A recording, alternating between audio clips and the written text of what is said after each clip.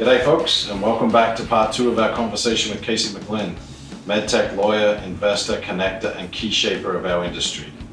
In this episode, we will further explore his legacy and his view on the future of our industry. So now I'd just like to jump into legacy. Okay. What I'm defining as legacy. Where does the passion come from? Where does your passion for this industry come from?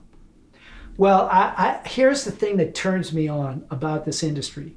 You can make money while doing good, and you can change. You can save people's lives. So when I look at a product, like somebody comes into my office and talks to me about these products, and they're a long way from usually from being in man or being fully thought out. I can look at those products and get so excited about the people that they can help, and that's really what gives me the passion about it. It's not just another widget. It's a product that's going to save somebody's life, and I think about over the years I've become smarter and smarter about many of these diseases because I've seen more and more of these companies. I mean, I've represented scores of companies in the medical device field, but most of them in cardiovascular and in the periphery, but now there's hardly a company that comes to me that's working on something in the medical area where I haven't had 2, 3, 4 companies in that area before, some successful and some not successful. Mm-hmm. And I can see how they're building on the past, and it's very satisfying to watch somebody look at either a failure or a huge success and say, hey, I could do this better. I have some new ideas. And when I see those ideas, many times they make total sense to me. And so I just get so excited that they might actually be able to just move the needle again. It just really turns me on. I think that's a perfect lead into this, to my next question, which is, I said, at some point in your career, you're elevated from a lawyer providing legal advice to a counselor providing strategic advice. Do you agree? You became a mentor, a statesman. That transition, you just described that, right? Which is you've now seen enough to be able to, to step up. Well, I would say there's so for sure. I'm very deep in this industry in terms of just what's been done before, and probably have a better memory about all of those companies and how they ended up than most people do, because I began with them and I worked through their whole life. But I would say also that I just love the fact that there's something good going to come out of these companies. It's not just about getting rich. Yep.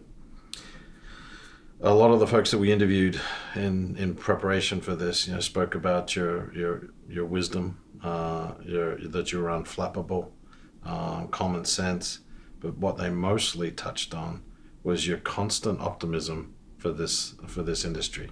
We've been through lots of ups and downs, but you're always, the true north here. You've always been optimistic. Why? It's hard to raise money. We've heard that now, and there's lots of things reimbursed. Well, one reason I think I can be positive is I can see that the people that keep at it with a good idea, if they keep at it, we're going to find a path through. I can't tell you exactly what the path through will be. I can send out lots of emails to investors. Some get sometimes we get a meeting, sometimes we don't. But it's an evolving thing. Many times an entrepreneur thinks he has the right product. Many times he doesn't. But he might have the right general idea, and then he goes and does clinical work, or he meets other people and sees how other things are being worked or worked to advantage, and he ends up evolving that product into something that's fantastic. So it's a very iterative thing, and it's not, when you have a successful company, it doesn't mean that nobody can enter that field and do the next generation, maybe even a radically different approach to addressing that disease and still be successful. So I love to watch it, and I love to help people, go find those people that worked in the past in this area.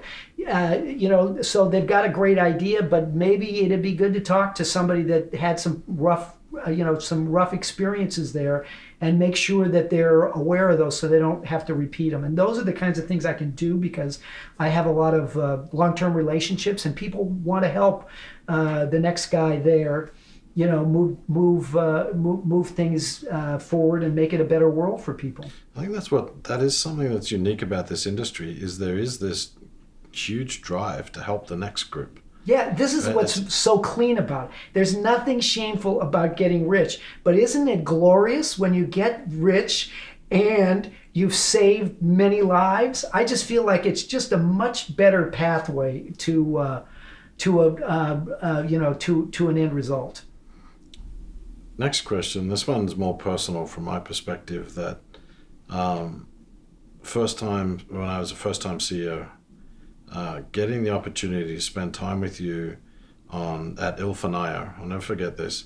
You had a regular table along with Tracy, and I'll get to Tracy in a second, at Ilfanayo, and you took the time to help me through. This is at a time where I had no idea, quite frankly, of what I was doing, and to be able to sit there and just talk to you about companies in general and about the experiences.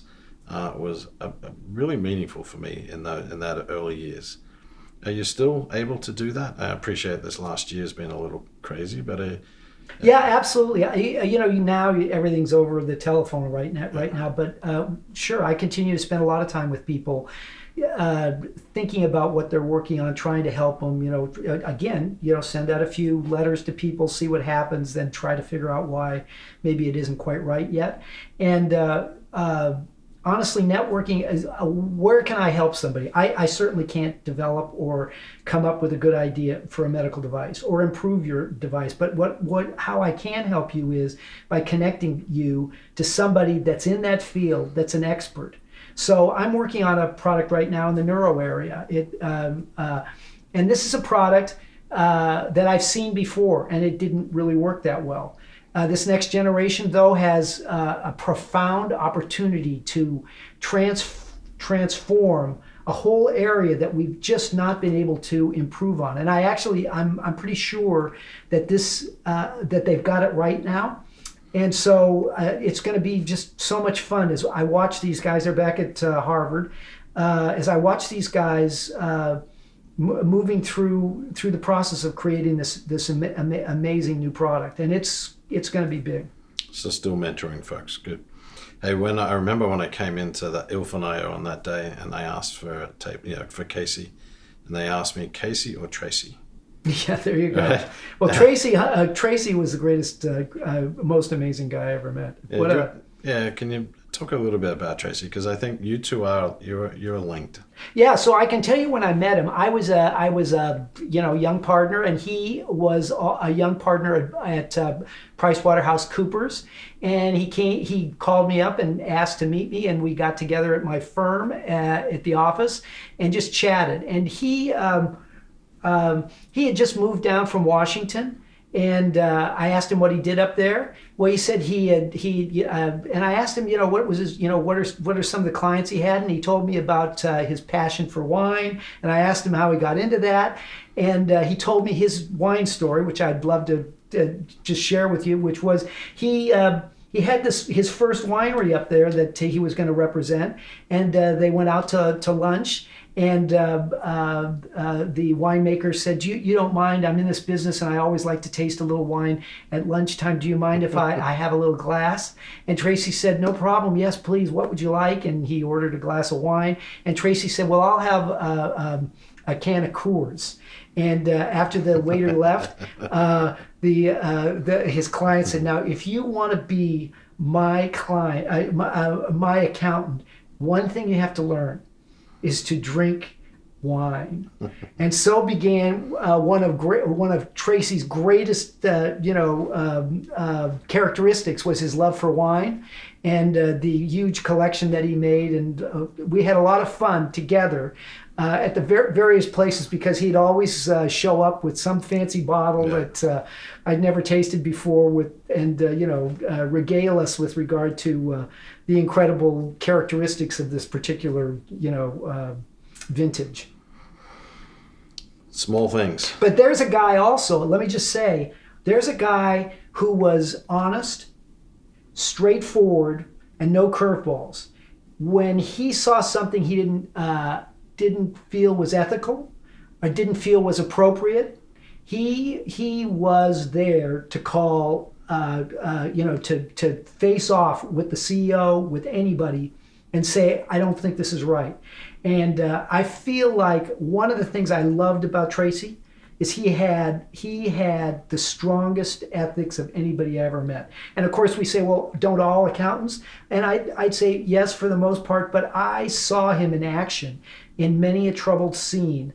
And I just think I think the world of him, and I thought that particular characteristic really made him a very special person to me.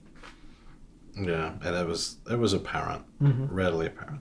All right, so then the two of you were part of the co-founding team for the Phoenix conference. Yeah, absolutely. Yeah, it was, honestly, it was Tracy's idea. He said, hey, Casey, I want to put on a conference. I said, that's great. I want to do, a medtech conference because I got a lot of medical device companies. And he said, well, I'd like to we should get a venture sponsor. What do you think about, IVP? And that's where Sam Colella was at that time. And he was doing healthcare. So we went over there and talked to Sam, and Sam said, yeah, Kleiner Perkins has this conference. I want to get one just to get these guys back. So we'll do a biotech one. I was open to biotech because I had a bunch of biotech clients also. But we both, Tracy and I, really wanted to do a medical device conference. So we worked on Sam for a while, and eventually we all, let's do something unique. We don't need to be a copycat. And we started the Phoenix conference, and we had a lot of fun there. Met a huge number of people over the years from all over the country, and honestly, it was one of the best things I ever did because it moved me from Silicon Valley, which is a huge marketplace for medical devices, to the whole United States, and because the Phoenix conference would get lots of people from the East Coast, and I just landed a big client out of those relationships not a week ago, and so I mean I just think that event has been a remarkable one to get and build deep relationships with people that live across the country and even outside of the country. So it's been for us, I think, for me anyway, just a great way to meet new clients for sure, but also just wonderful people that are really committed to this industry. Well, from my perspective, it's one of the best conferences, and I'm not just saying it because you're sitting here. I just want to, one piece about this. In an early one, the Phoenix conference was called the Phoenix conference because it was in Phoenix. Now, of course, it's all over the place, and we rarely go to Phoenix. But at one of them, I was introduced to this young guy by one of his mentors. His name was Josh Mackauer, and he came to show me his first product in my hotel room that day, which was the first company I represented with Josh. And of course, Josh has gone on to great fame, but also he's one of the most amazing guys in the world, just a decent human being and brilliant and just an incredible inventor. And Bob Anderson is the person that introduced me to him and has been honestly a mentor of Josh for Josh's entire career. And anyway, I just want to say that I look back on that, and the opportunity to meet people like that and get to know them has been just incredible. So. And now he's coming into the biodesign program, back, absolutely. He was one of the he was one of the guys that gave the biodesign program its programmatic theme, in the sense of how do you approach solving a problem in medicine. How do you go about that, thinking about it, etc.? And it's his approach that was adopted by the biodesign program and is still in use today there. The way they teach working on these things to make the next generation of product. And so I think it's incredible that He's going to continue making venture investments, which he's been very, very good at. He's going to continue to starting his own new companies, and he's back at the shop doing all this in terms of mentoring all these incredibly brilliant men and women that are going to be the next generation of startup founders. So it's great. I think you might have just answered the question that I asked earlier about who is the next Simpson, Fogarty, Will. It's Macau. Oh well, for sure. I put him in the constellation of stars for sure. Awesome. Life Science Angels. So you started that. One of the co-founder or one of the co-founders of Life Science. Yeah, I was a co-founder with Alan May. It was his idea, but I got involved with him, and I've never regretted it. It's continuing to mature, and I would say it's probably 15 years old now. It's probably invested, I don't know, a couple $100 million, but it has reached today. They are doing major financings now for early stage companies. I mean, we're talking over $1 million, sometimes over $2 million of money for startups. So these guys are writing big checks now, and it's really, we've got incredibly dedicated people that are running the various groups there, medical device, biopharmaceutical, diagnostic, digital health. And it's an amazing organization today. And I would say we also use these students from Stanford to come and be part of the organization to help us with the work. Many of these people are interested in becoming venture capitalists, and this is where they start.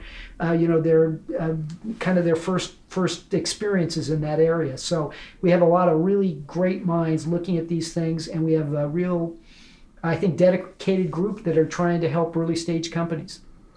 One of the pieces of research that we did, we understood that back before databases, you kept a series of notebooks, bound notebooks, with lists of investors that you then offered up to entrepreneurs. If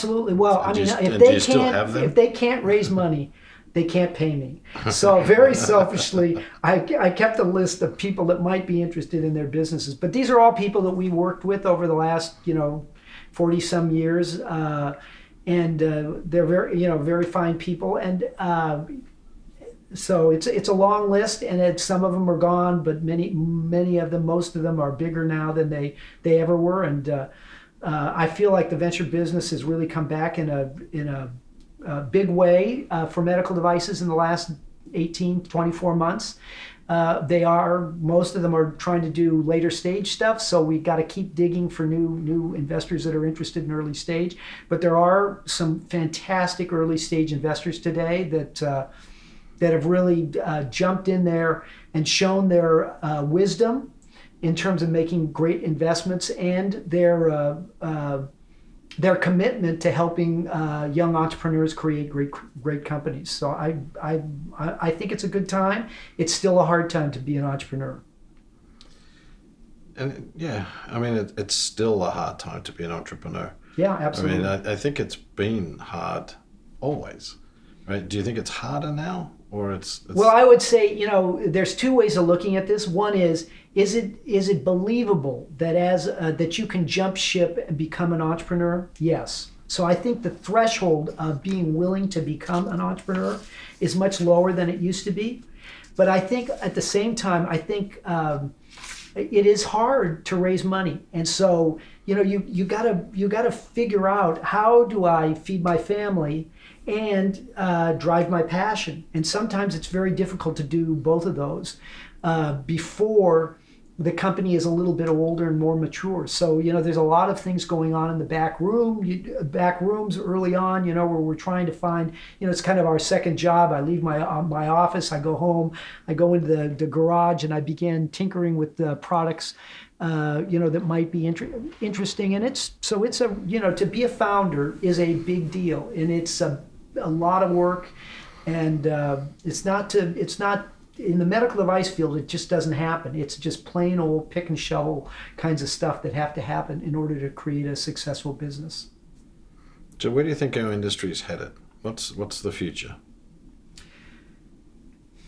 Well, I mean, we've medical device, narrowly focused, or medical device and digital health and all of this stuff are So you look at all these things, and of course, medical devices as a subset of that whole is just a tiny piece of it. It's probably 10% of what we think of as medical device and digital health. Digital health is so gigantic compared to the medical device field. But medical device, those are regulated products, et cetera, and I feel like there's such a need for that product, and those products are harder and more expensive and take longer to get into the marketplace. But there's still a great group of people that are focused on that industry, and I think there's lots and lots of really super innovation going on. So we're hearing records amount of capital being invested, just as you pointed out, just not early stage, a little bit late stage. And there are new people entering on the early stage, but it's like I just don't want to underestimate these people that get their companies financed. They have worked very hard to make that happen. That does not just happen, and they in most cases have a brilliant idea.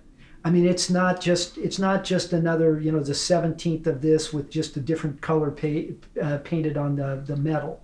It's something that's just like you're addressing denervation at Ardian. I mean, that's a huge a total game changer idea that was presented, and it's taken a long time for that to really catch on. But you see lots of companies that are now, I think, making major progress in that area. It's just it's going to be a giant area and lots of different disease states.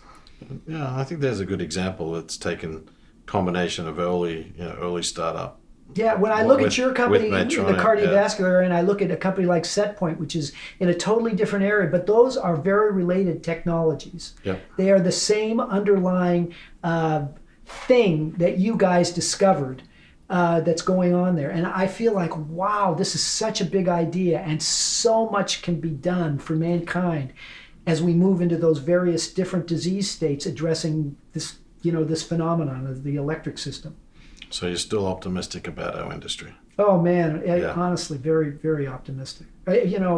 Hopefully it's going to keep us all wise and healthy for a few more years.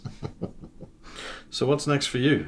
What's happening with Casey over the next decade? Yeah. Who knows what's going to happen for Casey? I mean, I continue to help and mentor a lot of clients, and I have a huge group of people that are working with me, all of them very dedicated and hardworking, and I hope there's a few more years just doing that.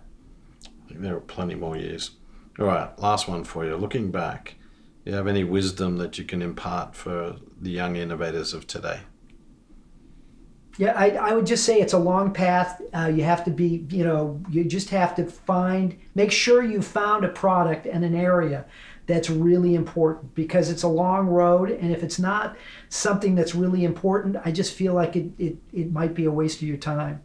But I do feel like sometimes I see products that just seem somewhat trivial to me in terms of what they can.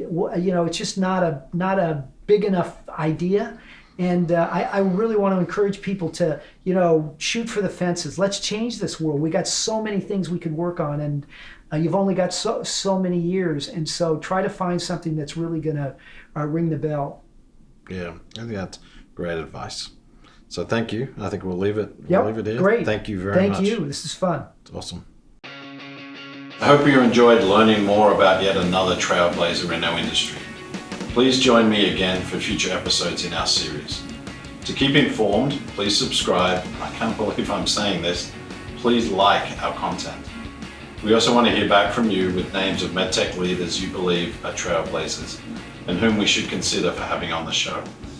Until next time, I'll leave you with one of my favorite quotes from Hannibal of Carthage. I will either find a way or make one. Cheers.